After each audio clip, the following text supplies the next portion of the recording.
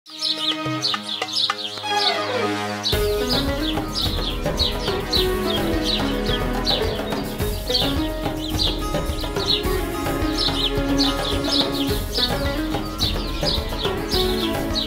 اللہ والصلاۃ والسلام علی رسول اللہ وعلی آلہ واصحابہ اجمعین الی یوم الدین۔ آج انشاءاللہ 19ویں پارے کا خلاصہ بیان ہوگا۔ شروع میں سورہ فرقان کے کچھ رکوعات ہیں، پھر سورہ شعراء آئے گی، اور اس کے بعد ہے سورہ نمل کا تقریباً آدھا حصہ آئے گا۔ اللہ فرماتے ہیں کہ وقال الذین لا یرجون لقاءنا، جن لوگوں کو ہماری ملاقات کا یقین نہیں، یعنی جو آخرت کے منکر ہیں، وہ یہ کہتے ہیں کہ ہم پر فرشتے نازل کیوں نہیں ہوتے، یا ہمیں رب نظر کیوں نہیں آتا۔ یہ صرف تکبر کی باتیں ہیں۔ جس دن انہوں نے فرشتے دیکھ لیے تو پھر ان کے لیے اس دن خوشی نہیں ہوگی، بلکہ ان کے لیے اس دن پریشانی ہوگی، کیونکہ اللہ تعالیٰ کا یہ ضابطہ ہے کہ جب کوئی عذاب مانگتا ہے یا کوئی فرمائشی معجزہ مانگتا ہے، تو جب اللہ تعالیٰ وہ دکھا دیتے ہیں اور پھر بندہ انکار کر دیتا ہے تو پھر اللہ کا عذاب آتا ہے۔ اس لیے فرمایا کہ آج یہ کہہ رہے ہیں کہ فرشتے کیوں نہیں آ رہے، تو جب فرشتے آئیں گے اور یہ ایمان نہیں لائیں گے تو پھر اللہ کا عذاب ان پر آئے گا۔ اللہ فرماتے ہیں قیامت کے دن کچھ لوگ ہوں گے ظالم، اپنے ہاتھوں کو کاٹ رہے ہوں گے، یعنی منہ میں لے کے اپنے ہاتھ کو کاٹ رہے ہوں گے اور یوں کہیں گے یا لیتنی اتخذت مع الرسول سبیلا، ہے کاش ہم رسول کو اپنا دوست بنا لیتے، ان کے راستے پہ ہم چلتے اور فلاں کو اپنا دوست نہ بناتے۔ یہاں پہ اصل میں ایک بڑا مشہور واقعہ ہے کہ عقبہ بن ابی معیط، یہ ایک مکہ کا تاجر تھا، بزنس مین تھا، تو یہ جب سفر سے واپس آتا تو لوگوں کی دعوت کیا کرتا۔ تو ایک موقع ایسا آیا کہ اس نے بڑے بڑے لوگوں کی، معززین کی دعوت کی، تو نبی پاک صلی اللہ علیہ وسلم کو بھی بلایا۔ جب کھانا لگا دیا گیا تو آپ نے کھانا نہیں کھایا، تو یہ پاس آیا کہ آپ کھانا کیوں نہیں کھا رہے؟ آپ نے فرمایا کہ پہلے میرا کلمہ پڑھ پھر میں کھانا کھاؤں گا۔ تو عقبہ بن ابی معیط نے کلمہ پڑھ لیا، مسلمان ہو گیا۔ اب نبی علیہ الصلاۃ والسلام نے کھانا بھی کھا لیا۔ کچھ دنوں کے بعد اس کا جو دوست ہے ولید بن مغیرہ، وہ اس کو ملا، تو اس نے کہا کہ یا میرے ساتھ دوستی رکھ اور یا محمد صلی اللہ علیہ وسلم کا کلمہ چھوڑ دے۔ اگر میرے ساتھ دوستی رکھنی ہے تو پھر اپنا ایمان چھوڑنا ہوگا۔ تو بہرحال یہ چلا گیا اور اس نے نبی علیہ السلام کو سخت الفاظ میں کہا جی میں نے آپ کا کلمہ چھوڑ دیا ہے، میں اب آپ کا امتی نہیں ہوں۔ اس پر اللہ فرماتے ہیں کہ قیامت کے دن جب یہ حالات دیکھے گا نا کہ جہنم میں جا رہا ہے، تو اس وقت یہ اپنے ہاتھوں کو منہ میں دبا کے چبائے گا اور کہے گا کاش میں نے رسول کی بات مانی ہوتی، اپنے دوست ولید بن مغیرہ کی بات نہ مانی ہوتی۔ پھر اللہ تعالیٰ نے فرمایا کہ کافر یہ بھی تو کہتے ہیں کہ لولا نزل علیہ القرآن جملۃ واحدہ، کہ قرآن کریم اکٹھا ایک ہی مرتبہ نازل کیوں نہیں ہو گیا؟ اللہ فرماتے ہیں اس لیے ہم نے اکٹھا نازل نہیں کیا کہ جب نبی علیہ الصلاۃ والسلام کو لوگ ستائیں گے اور آپ کے دل میں تکلیف آئے گی تو ہم قرآن اتار کر آپ کی اس تکلیف کو دور کر دیں گے۔ تو جو آپ پر کوئی مشکل آئے ہم قرآن اتارتے جائیں گے تاکہ آپ کا دل مطمئن ہو جائے گا۔ اور یہاں یہ بھی یاد رکھنا چاہیے کہ قیامت کے دن نبی پاک صلی اللہ علیہ وسلم اللہ سے شکایت بھی کریں گے، یا رب ان قوم اتخذوا هذا القرآن مہجورا، اے میرے رب یہ میری قوم ہے جنہوں نے قرآن کو چھوڑ دیا تھا۔ آج ہم اپنے گریبانوں میں جھانکیں کہ ہمارا قرآن کے ساتھ کتنا تعلق ہے۔ پورا سال گزر جاتا ہے ہم قرآن کھول کے نہیں دیکھتے، پڑھتے نہیں، اور صرف پڑھنا ہی کافی نہیں، یہ بھی یاد رکھیے گا قرآن کریم کو سمجھنا بھی ضروری ہے۔ ہم پڑھتے بھی نہیں، سمجھتے بھی نہیں، اور یہ ہماری بہت بڑی کوتاہی ہے۔ ہمیں چاہیے کہ ہم قرآن کریم کی تلاوت بھی کریں اور اس کو سمجھنے کی کوشش بھی کریں۔ پھر اللہ تعالیٰ فرماتے ہیں کہ ہم نے موسیٰ علیہ السلام کو کتاب دی اور ان کے ساتھ ان کے بھائی ہارون کو ان کا وزیر بنا دیا، اور ان دونوں کو بھیجا فرعون کے پاس۔ تو بہرحال اسی طرح فرعون نے انکار کر دیا، پھر ہم نے اس کی قوم کو برباد کر دیا۔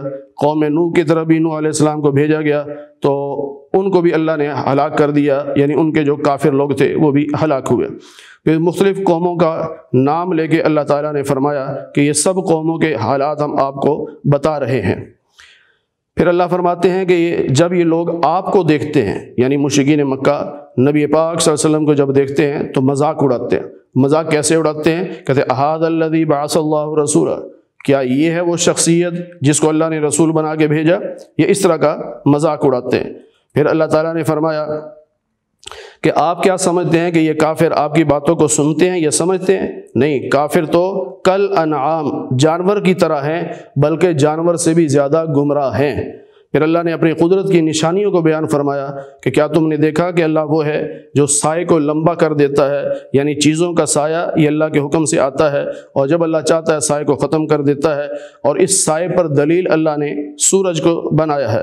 پھر اللہ وہ ہے جس نے رات کو تمہارے لیے تھکاوٹ دور کرنے کا سبب بنایا اور لباس بنا دیا، یعنی اندھیرا کر دیا، اور دن کو روشن کر دیا۔ پھر اللہ وہ ہے جو ہواؤں کو چلاتا ہے بارش سے پہلے تاکہ خوشخبری مل جائے کہ بارش آنے والی ہے۔ پھر اللہ پاکیزہ صاف ستھرا پانی اتارتا ہے اور مردہ زمین کو اس کے ذریعے سے زندہ کرتا ہے، اور جانوروں کو بھی وہ پانی پلاتا ہے، انسانوں کو بھی وہ پانی پلاتا ہے۔ پھر اللہ تعالیٰ نے نبی علیہ الصلاۃ والسلام سے فرمایا کہ فلا تطع الکافرین، کافروں کی بات نہیں ماننی، اللہ کی بات ماننی ہے تو کافروں کی بات بالکل نہیں ماننی۔ وجاہدہم بہ جہادا کبیرا، بلکہ ان کافروں کے خلاف اس قرآن کے ذریعے سے آپ نے جہاد کرنا ہے جو جہاد اکبر ہے، یعنی قرآن کی دعوت دینا، قرآن سمجھانا، یہ بہت بڑا جہاد ہے۔ پھر فرمایا اللہ وہ ہے جو دو دریاؤں کو آپس میں ملا دیتا ہے، یعنی پیچھے سے الگ الگ آ رہے ہیں، آگے آگے دونوں مل جاتے ہیں، درمیان میں جو پردہ ہے وہ صرف اللہ کے حکم کا پردہ ہوتا ہے۔ ایک طرف کے پانی کا رنگ الگ، دوسرے کا رنگ الگ، ایک پانی میٹھا ہے، ایک پانی کڑوا ہے، لیکن یہ آپس میں ملتے کیوں نہیں؟ یہ سب اللہ کا حکم ہے۔ پھر اللہ تعالیٰ نے فرمایا کہ آپ کو ہم نے مبشر اور نذیر بنا کے بھیجا، اور آپ ان سے کہیے کہ میں تم سے کوئی معاوضہ نہیں مانگتا، بس میں یہ چاہتا ہوں کہ تم لوگ سیدھے راستے پر آ جاؤ۔ اور اللہ نے نبی علیہ السلام سے فرمایا کہ آپ اس اللہ پر بھروسہ کیجئے کہ جس پر موت واقع نہیں ہوگی، کبھی بھی نہیں، اللہ پہ نہ کبھی پہلے موت تھی نہ بعد میں آئے گی، ہمیشہ سے زندہ، ہمیشہ زندہ رہے گا۔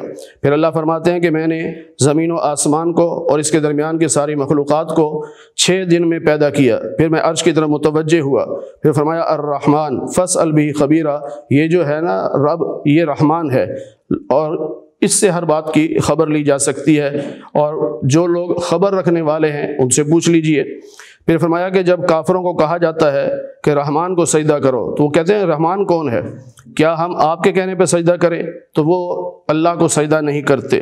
پھر اللہ فرماتے ہیں کہ بابرکت ذات ہے وہ جس نے آسمانوں میں ستارے بنائے اور سورج اور چاند بنایا، رات اور دن کو بنایا۔ اور پھر اللہ فرماتے ہیں کہ جو میرے بندے ہیں، یعنی میری عبادت کرنے والے، مجھے اپنا رب ماننے والے، ان کی نشانیاں یہ ہیں کہ زمین پر عاجزی سے چلتے ہیں، جاہلوں سے بحث نہیں کرتے، اور رات کو عبادت کرتے ہیں تو کبھی سجدے میں ہیں تو کبھی قیام میں ہیں، اور اس عبادت کے ساتھ ساتھ وہ تکبر نہیں کرتے، بلکہ اللہ سے یہ دعا بھی مانگتے رہتے ہیں کہ اے اللہ ہمیں جہنم کے عذاب سے بچا لے۔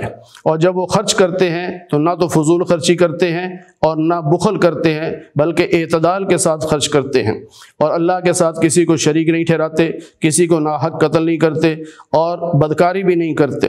پھر اللہ فرماتے ہیں کہ اگر کوئی آدمی ہو جس نے یہ کام کیے ہوں اور پھر وہ توبہ کر لے، ایمان لے آئے، نیک عمل اختیار کر لے، تو اللہ تعالیٰ اس کے گناہوں کو نیکیوں سے بدل دیں گے، اور جو توبہ کرنے والا، نیک عمل کرنے والا ہے، اللہ تعالیٰ اس کو توبہ کی توفیق بھی دیتے ہیں اور توبہ کو قبول بھی کرتے ہیں۔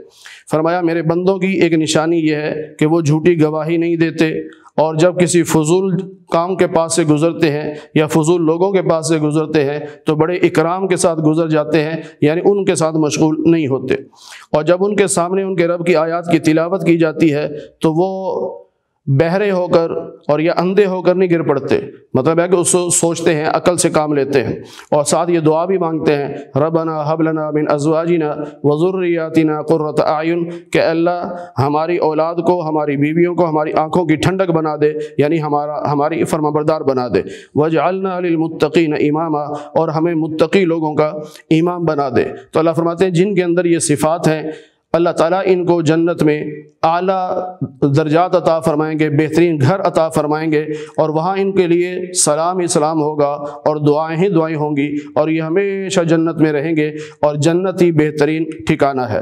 سورہ شعراء کا آغاز ہو رہا ہے طاسیم میم، یہ حروف مقطعات ہیں، ان کے معنی اللہ ہی کو معلوم ہے۔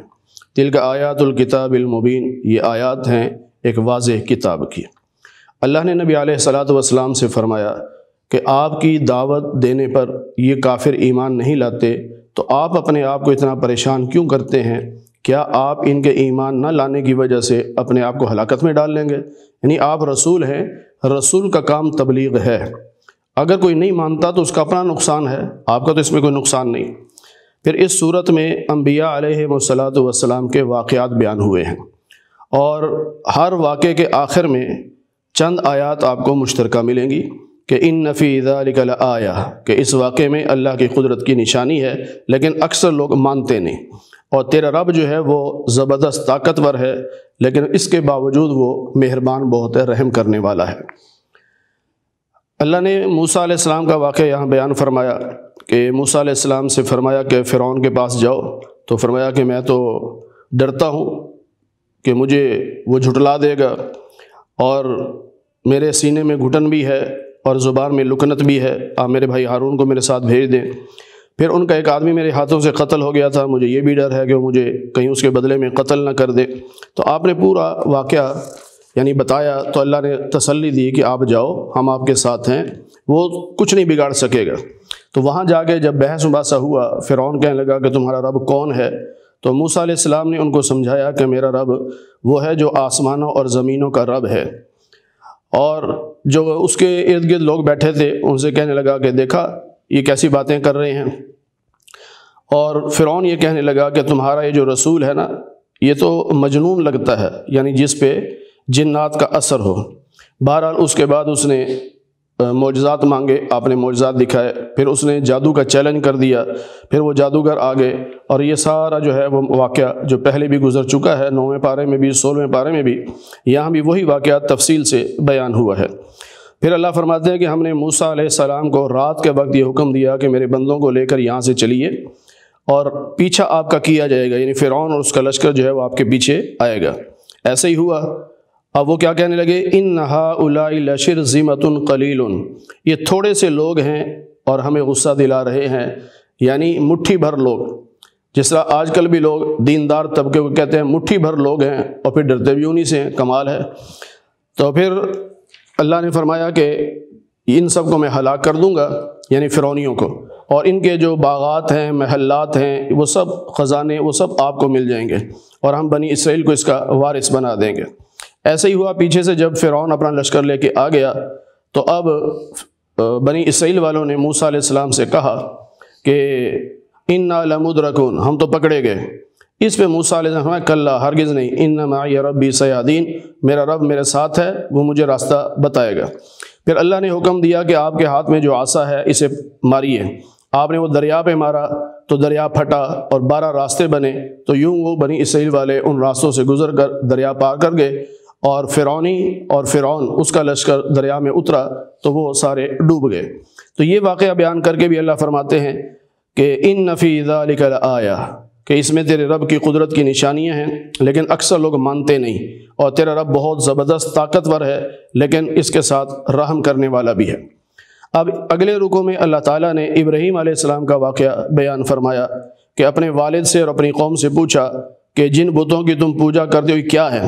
ان کا جی بس ہمارے باپ دادا ایسا کرتے تھے، ہم اس لیے کرتے ہیں۔ تو آپ نے فرمایا کہ یہ تو تمہارے نفع نقصان کے مالک بھی نہیں ہیں، ان کا ہمیں پتہ ہے، لیکن ہمارے باپ دادا ایسے کرتے تھے، ہم بھی کرتے ہیں۔ پھر انہوں نے پوچھا کہ آپ بتائیں، آپ کس رب کی دعوت دینے آئے ہیں؟ تو ابراہیم علیہ السلام نے فرمایا کہ سنو، میرا رب کون ہے؟ الذی خلقنی، جس نے مجھے پیدا کیا، فہو یہدین، اسی نے مجھے ہدایت دی ہے، والذی هو یطعمنی، وہی مجھے کھلاتا ہے، ویسقین، وہی مجھے پلاتا ہے، واذا مرضت، اور جب میں بیمار ہوتا ہوں، فہو یشفین، وہی مجھے شفا دیتا ہے، والذی یمیتنی، مجھے موت بھی وہی دے گا، ثم یحیین، پھر قیامت کے دن دوبارہ زندہ بھی مجھے وہی کرے گا، اور مجھے اپنے اللہ سے امید ہے کہ میرے گناہوں کو معاف کرے گا قیامت کے دن۔ اور اللہ نے مجھے حکمت بھی عطا فرمائی ہے، نبوت بھی عطا فرمائی، اور مجھے یہ بھی امید ہے کہ اللہ تعالیٰ نیک لوگوں میں مجھے شامل فرمائیں گے، اور آخرت میں اللہ تعالیٰ مجھے بلند درجات عزت عطا فرمائیں گے۔ اور ابراہیم علیہ السلام نے اللہ سے دعا بھی یوں مانگی، وَغْفِرْ لِأَبِي، اللہ میرے باپ کو بھی معاف کر دے اگرچہ وہ گمراہ ہے۔ یعنی یہاں معافی سے مراد یہ ہے کہ اس کی ہدایت کے لیے دعا کی، کیونکہ 11ویں پارے میں ہم پڑھ چکے ہیں سورہ توبہ کے اخیر میں کہ کسی مشرک کے لیے دعا کرنا جائز نہیں ہے کہ اللہ اس کی مغفرت کرے۔ ہاں اگر وہ زندہ ہے تو اس کی ہدایت کی دعا کی جا سکتی ہے، مغفرت کی دعا کسی کافر کے لیے نہیں کی جا سکتی۔ تو یہ سارا واقعہ بیان کر کے پھر اللہ نے فرمایا ان فی ذلک لآیہ، اس میں تیرے رب کی قدرت کی نشانی ہے، لیکن لوگ ایمان نہیں لاتے، اور تیرا رب جو ہے وہ غالب ہے، زبردست ہے اور رحم کرنے والا۔ اب نوح علیہ السلام کا واقعہ بیان ہوا، اب یہاں سے آگے جو واقعات بیان ہوں گے ان کا آغاز بھی اور ان کا اختتام بھی تقریباً ایک جیسا ہوگا۔ فرمایا کذبت قوم نوح المرسلین، کہ قوم نوح نے رسولوں کا انکار کر دیا۔ اسی طرح آگے آئے گا کہ کذبت عاد المرسلین، قوم عاد نے رسولوں کا انکار کر دیا۔ پھر اس سے آگے آئے گا کہ کذبت ثمود المرسلین، قوم ثمود نے رسولوں کا انکار کر دیا۔ پھر کذبت قوم لوط المرسلین، قوم لوط نے رسولوں کا انکار کر دیا۔ کذب اصحاب الایکۃ المرسلین، کہ اصحاب ایکہ یعنی مدین والوں نے رسولوں کا انکار کر دیا۔ تو سب کا آغاز تقریباً ایک جیسا ہے۔ اب یہاں یہ بات سمجھ لیجئے کہ ان قوموں کے پاس تو ایک نبی آئے تھے، نوح علیہ السلام قوم نوح کے پاس آئے، قوم عاد کے پاس ہود علیہ السلام آئے، قوم سمود کے پاس حضرت صالح علیہ السلام آئے، قوم لوط کے پاس لوط علیہ السلام آئے، قوم مدین کے پاس حضرت شعیب علیہ السلام آئے۔ تو ایک ایک نبی تھے، ایک ایک رسول تھے۔ تو اللہ یہ فرماتے ہیں کہ انہوں نے رسولوں کا انکار کر دیا، کیا تو ایک رسول کا انکار ہے، تو یہاں جمع کا صیغہ کیوں بولا گیا؟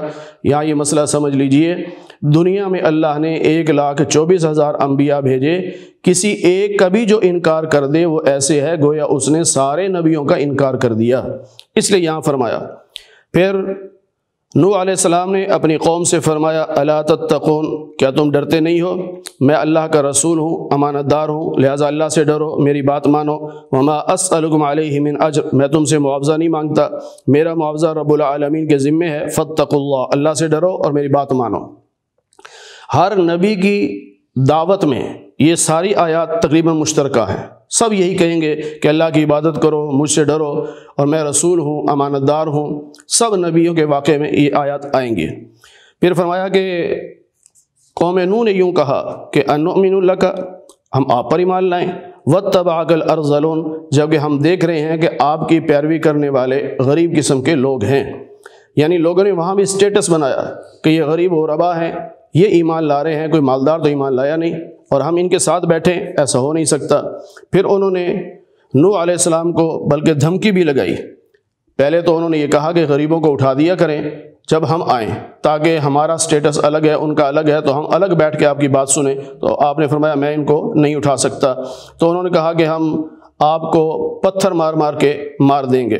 تو نوح علیہ السلام نے اللہ سے پھر دعا مانگی، 12ویں پارے میں تفصیل گزر چکی ہے۔ پھر اللہ کا عذاب آیا جو سیلاب کی شکل میں آیا۔ اس کے آخر میں بھی وہی آیات ہیں کہ اللہ کی قدرت کی نشانی ہے، لیکن لوگ ایمان نہیں لاتے۔ پھر اسی طرح قوم عاد کی طرف ہود علیہ السلام کو رسول بنا کے بھیجا گیا۔ انہوں نے بھی یہ کہا کہ تم ڈرتے نہیں ہو، میں تمہارے طرف رسول ہوں، امانت دار ہوں، اللہ سے ڈرو، میری اطاعت کرو، میں تم سے معاوضہ نہیں مانگتا، میرا معاوضہ اللہ کے ذمے ہے۔ پھر وہ بلڈنگیں بنایا کرتے تھے، انہوں نے کہا تم کھیل تماشے کے لیے بلڈنگیں بناتے ہو، اپنے محلات بھی بناتے ہو، اور جب تم کسی پہ ظلم کرتے ہو تو بڑا سخت ظلم کرتے ہو، اور اللہ نے تمہیں جو دیا ہے کہ تمہیں جانور بھی دیے ہیں، بیٹے بھی دیے ہیں، باغات بھی دیے ہیں، چشمے بھی دیے ہیں، لیکن مجھے ڈر لگتا ہے کہ تم اللہ کی بات نہیں مان رہے، توحید پر ایمان نہیں لا رہے، میری رسالت کو نہیں مان رہے، تو کہیں ایسا نہ ہو کہ اللہ کا عذاب تم پہ آ جائے۔ تو وہی ہوا، پھر اللہ کا عذاب آیا۔ اسی طرح قوم سمود کی طرف صالح علیہ السلام رسول بنا کے بھیجے گئے۔ انہوں نے بھی پہلے انبیاء کی طرح وہی باتیں کی۔ پھر انہوں نے بھی یہی کہا کہ تمہیں جو اس وقت نعمتیں ملی ہوئی ہیں، مجھے یہ لگتا ہے کہ اللہ تعالیٰ کا عذاب آئے گا اور یہ ساری نعمتیں چھین لی جائیں گی۔ ان کی خاص بات یہ تھی کہ وہ پہاڑوں کو تراش کر ان میں گھر بنایا کرتے تھے، میدانی علاقے میں بھی گھر بناتے تھے، لیکن پہاڑوں کے اندر بھی گھر بناتے تھے، اور وہ چیلنج کرتے تھے کہ ہمارا کوئی کچھ بگاڑ کے دکھائے، ہم ان گھروں میں چھپ جائیں گے، ہمارا کوئی نقصان نہیں کر سکے گا۔ پھر انہوں نے معجزہ مانگا تو اللہ تعالیٰ نے وہ اونٹنی والا معجزہ دیا، لیکن انہوں نے اس اونٹنی کو قتل کر دیا، پھر اللہ کا عذاب آیا۔ اس طرح قوم لوط کی طرف بھی لوط علیہ السلام رسول بنا کے بھیجے گئے۔ انہوں نے بھی سارے انبیاء کی طرف وہی دعوت دی، اور انہوں نے کہا کہ تم کیسے لوگ ہو کہ عورتوں کی بجائے مردوں سے اپنی خواہش پوری کرتے ہو، تو تم تو حد سے تجاوز کرنے والے ہو۔ انہوں نے بھی لوط علیہ السلام کو پھر یہ چیلنج دے دیا یا دھمکی دے دی کہ ہم آپ کو اپنے علاقے سے نکال دیں گے۔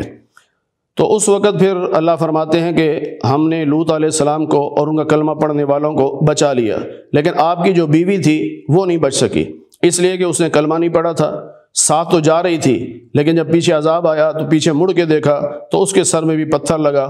اللہ فرماتے ہیں ہم نے ان پر پتھروں کی بارش کی، پھر تم نے دیکھا کہ کتنی بری بارش ہوئی ان پر۔ پھر آخر میں وہی باتیں کہ اس واقعے میں بھی اللہ کی قدرت کی نشانی۔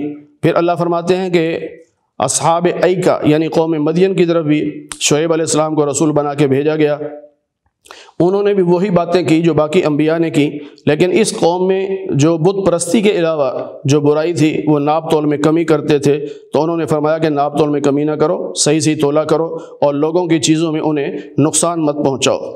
تو انہوں نے یہ کہا کہ لگتا ہے کہ آپ پر جادو ہو گیا ہے، آپ کیسی باتیں کرتے ہیں اور آپ ہمارے جیسے بشر ہیں اور ہم یہ سمجھتے ہیں کہ نعوذ باللہ آپ ہمارے ساتھ جھوٹ بولتے ہیں، لہٰذا اگر آپ سچے ہیں تو عذاب لے آؤ۔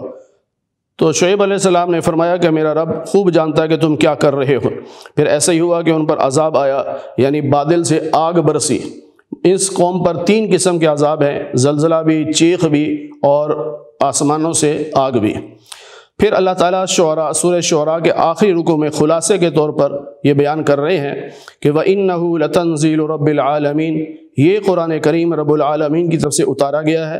روح الامین یعنی سیدنا جبریل علیہ السلام لے کے آئے ہیں، آپ کے دل پر نازل کیا ہے تاکہ آپ اس کے ذریعے سے لوگوں کو جہنم کے عذاب سے ڈرائیں، اور عربی زبان میں یہ قرآن کریم آیا ہے۔ پھر اللہ تعالیٰ نے نبی علیہ السلام کو یہ حکم دیا وَأَنذِرْ عَشِيرَتَكَ الْأَقْرَبِينَ، اپنے قریبی رشتہ داروں کو سب سے پہلے تبلیغ کیجیے۔ تو آپ نے صفا پہاڑی پر کھڑے ہو کر اپنی قوم کو بلایا اور ان کو تبلیغ کی۔ اور پھر اللہ تعالیٰ فرماتے ہیں کہ آپ اللہ کی ذات پہ بھروسہ رکھیں کہ اللہ آپ کو دیکھ رہا ہے، تو آپ کی مدد اللہ نے کرنی ہے۔ پھر مشرکین مکہ نے ایک الزام یہ لگا دیا تھا کہ نبی پاک صلی اللہ علیہ وسلم نعوذ باللہ شاعر ہیں، تو اس لیے اللہ نے اس سورت کا نام سورہ شعراء رکھا اور بتایا کہ جو نبی ہوتے ہیں وہ شاعر نہیں ہوتے، کیونکہ شعراء جو ہوتے ہیں وہ عموماً سنی سنائی باتیں یا خیالی باتیں کیا کرتے ہیں اور وہ عموماً بھٹکتے رہتے ہیں، تو نبی ایسا نہیں ہوتا۔ لیکن سارے شعراء نہیں، جو ایمان والے ہوتے ہیں وہ حقیقت کو بیان کرتے ہیں، وگرنہ اکثر شعراء جو ہیں وہ خیالی باتیں کرتے ہیں۔ آگے سورہ نمل کا آغاز ہو رہا ہے طاسین، یہ بھی حروف مقطعات ہیں، ان کے معنی اللہ ہی کو معلوم ہے۔ یہاں پر اللہ تعالیٰ نے پہلے تو ایمان والوں کے بارے میں فرمایا کہ قرآن کریم ہدایت ہے، خوشخبری ہے ایمان والوں کے لیے، اور ایمان والے وہ جو نماز قائم کرتے ہیں، زکوٰۃ ادا کرتے ہیں، آخرت پر یقین رکھتے ہیں، اور جو کافر ہیں ان کا بھی ذکر کیا۔ اور پھر بتایا کہ موسیٰ علیہ السلام کا واقعہ جو پہلے بھی کئی بار گزر چکا ہے کہ آپ سفر میں تھے، اپنے گھر جا رہے تھے، بیوی آپ کے ساتھ تھی، تو راستہ بھول گئے، رات اندھیری بھی تھی اور ٹھنڈی بھی تھی، تو آپ کو آگ جلتی ہوئی نظر آئی، تو آپ وہاں گئے، اور جب وہاں پہنچے تو وہاں آگ نہیں تھی بلکہ اللہ تعالیٰ بول رہے تھے، اور اللہ نے موسیٰ علیہ السلام سے فرمایا کہ میں اللہ ہوں، اور اپنے عصا کو پھینکیے۔ جب پھینکا تو وہ سانپ بنا، پھر اس کو اٹھایا، اللہ نے فرمایا کہ ڈرنا نہیں، اس کو اٹھا لو، ہم دوبارہ اس کو عصا میں تبدیل کر دیں گے۔ پھر دوسرا معجزہ جو آپ بغل میں ہاتھ ڈال کے نکالتے تھے وہ معجزہ بھی دکھایا۔ اس کے بعد اللہ تعالیٰ نے پھر داؤد علیہ السلام اور ان کے بیٹے سلیمان علیہ السلام کا کچھ واقعہ بیان فرمایا کہ ہم نے دونوں کو علم عطا کیا، داؤد علیہ السلام کو بھی، ان کے بیٹے سلیمان علیہ السلام کو بھی، اور دونوں نے اللہ کا شکر ادا کیا۔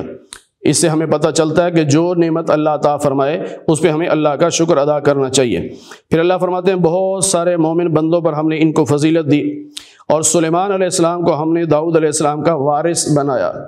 سورہ مریم میں 16ویں پارے میں اس میں تھوڑی سی بات کر چکا ہوں کہ زکریا علیہ السلام نے وارث مانگا تھا کہ اللہ مجھے وارث عطا فرما جو دین میں میرا وارث بنے، تو یہاں بھی اللہ فرما رہے ہیں کہ سلیمان علیہ السلام کو ہم نے داؤد علیہ السلام کا وارث بنایا، یعنی دین میں ان کا وارث بنایا۔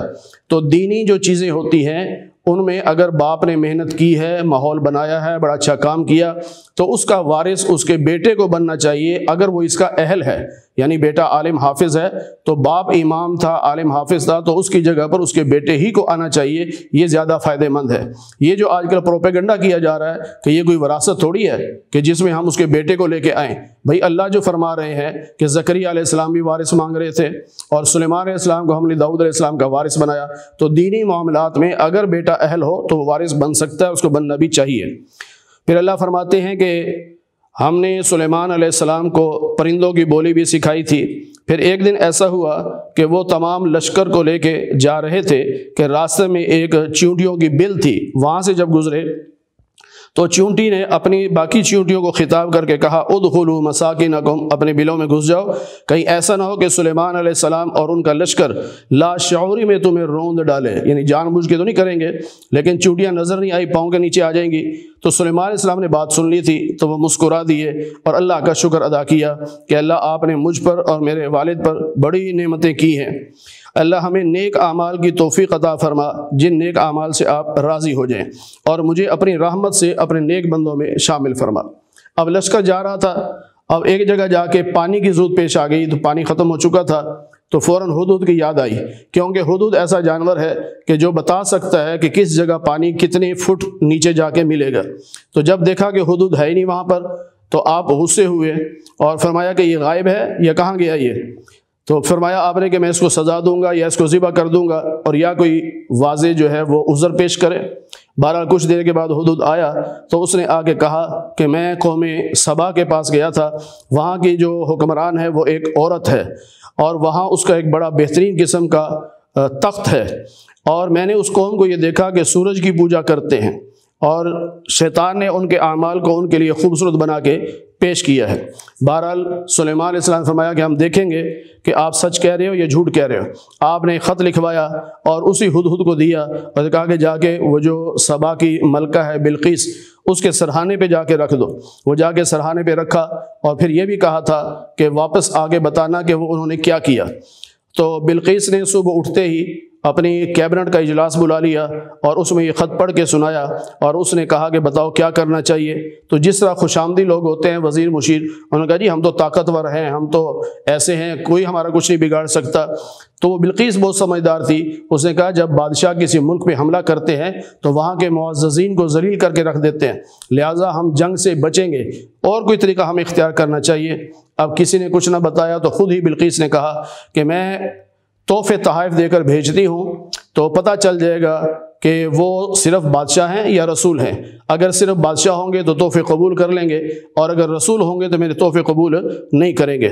بہرحال انہوں نے بھیج دیا تو وہ لوگ گئے، تو سلیمان علیہ السلام نے بھی ان کی توقع سے بھی بڑھ کر ان کے استقبال کے لیے سونے کا فرش لگوا دیا، اور وہاں جانور بھی کھڑے کروا دیے، اور بڑا انتظام کیا۔ تو وہ بڑے شرمندہ سے ہوئے کہ ہم کس بادشاہ کو تحفے دینے جا رہے ہیں۔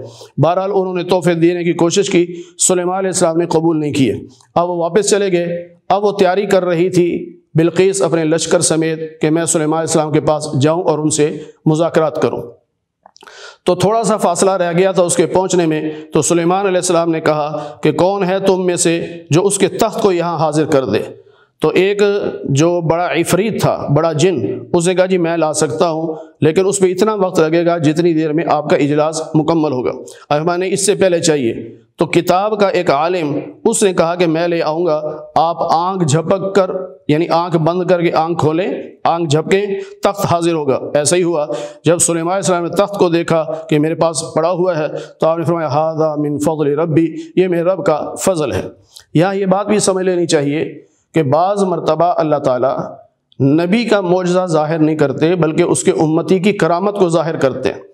حالانکہ امتی کی جو کرامت ہے وہ بھی نبی ہی کا معجزہ ہوتا ہے، اس لیے سلیمان علیہ السلام کے واقعے میں ان کے امتی کا ذکر آ رہا ہے۔ اللہ چاہتے تو سلیمان علیہ السلام خود لے آتے تخت، لیکن اللہ نے دکھانا تھا کہ ہم اپنے ولیوں سے بھی ایسے کام کروا لیتے ہیں جس کو کرامت کہتے ہیں۔ بعض لوگ ایسے ہیں کہ وہ ولیوں کی کرامتوں پر بحث کرتے رہتے ہیں اور پھر یوں کہتے ہیں اچھا جی اس کے ہاں ایسا ہو گیا، صحابہ میں کیوں نہیں ہوا تھا، یا اس کے ہاں ایسا ہو گیا تو نبی کے دور میں ایسا کیوں نہیں ہوا۔ بھائی جس کام کی جب ضرورت ہوتی ہے اور اللہ جس سے چاہتا ہے اس سے وہ کام لے لیتا ہے نا۔ جس طرح امام احمد رفاعی ایک بزرگ گزرے ہیں، وہ جب روضہ رسول پہ حاضر ہوئے تو نبی پاک صلی اللہ علیہ وسلم کا دست مبارک باہر نکلا اور انہوں نے مصافحہ کیا۔ اب لوگ اس کا مذاق اڑاتے ہیں کہ صحابہ کے دور میں تو ہاتھ نکلا نہیں، ان سے پہلے اور لوگ تھے اس وقت ہاتھ کیوں نہیں نکلا۔ بھئی اللہ کے کام ہیں، اللہ جب چاہے نبی سے معجزہ ظاہر کروا دے، جب چاہے ولی سے اس کی کرامت ظاہر کروا دے۔ تو سلیمان علیہ السلام نے یہ فرمایا کہ ھذا من فضل ربی، یہ میرے رب کا فضل ہے کہ میرا امتی جو ہے وہ تخت لے کر حاضر ہو گیا، اور بہت معمولی سے وقت میں فرمایا اصل میں یہ میرا امتحان ہے کہ میں اللہ کا شکر ادا کرتا ہوں یا ناشکری کرتا ہوں۔ پھر فرمایا جو شکر کرتا ہے وہ اپنا بھلا کرتا ہے، جو ناشکری کرتا ہے اللہ کا کچھ بھی نہیں بگاڑ سکتا۔ پھر چونکہ بلقیس قریب پہنچ گئی تھی، وہ آنے والی تھی، تو آپ نے فرمایا کوئی ہے جو اس کے تخت میں رد و بدل کر دے، یعنی اس کے نقش و نگار میں کچھ تبدیلی کر دے۔ تو اب جب وہ تبدیلی کر دی، پھر سلیمان علیہ السلام نے اس کو ایک ایسے کمرے میں رکھوایا تخت کو کہ جہاں جانا تھا تو راستے میں آپ نے پانی کا حوض بنا کر اس کے اوپر شیشہ لگوا دیا کہ دیکھنے والے کو سمجھ ہی آئے کہ پانی کا حوض ہے۔ تو وہاں سے جب آپ گزر رہے تھے تو بلقیس ساتھ تھی، تو بلقیس نے سمجھا کہ یہ پانی ہے، تو اس نے اپنی شلوار اوپر کر لی کہ شلوار بھیگ نہ جائے۔ تو جب اس کو پتہ چلا تو بڑی حیران ہوئی کہ میں اپنے آپ کو بڑی ملکہ سمجھتی تھی، اور یہاں سلیمان علیہ السلام کے کام دیکھو کہ کیسے زبردست بادشاہ ہیں کہ اوپر شیشہ لگوا دیا ہے۔ پھر جب وہاں پہنچے تخت کے پاس تو سلیمان علیہ السلام نے پوچھا کہ کیا تیرا تخت ایسا ہی ہے؟ کہنے لگی کأنہ ہوا، ایسے ہی کیا ہوتا ہے، لگتا تو یہ ہے کہ یہ وہی ہے یہ۔ اور پھر کہنے لگی کہ ہم سمجھ گئے ہیں، ہمیں علم مل گیا ہے اور ہم فرما بردار ہو کے آپ کے پاس آئے ہیں۔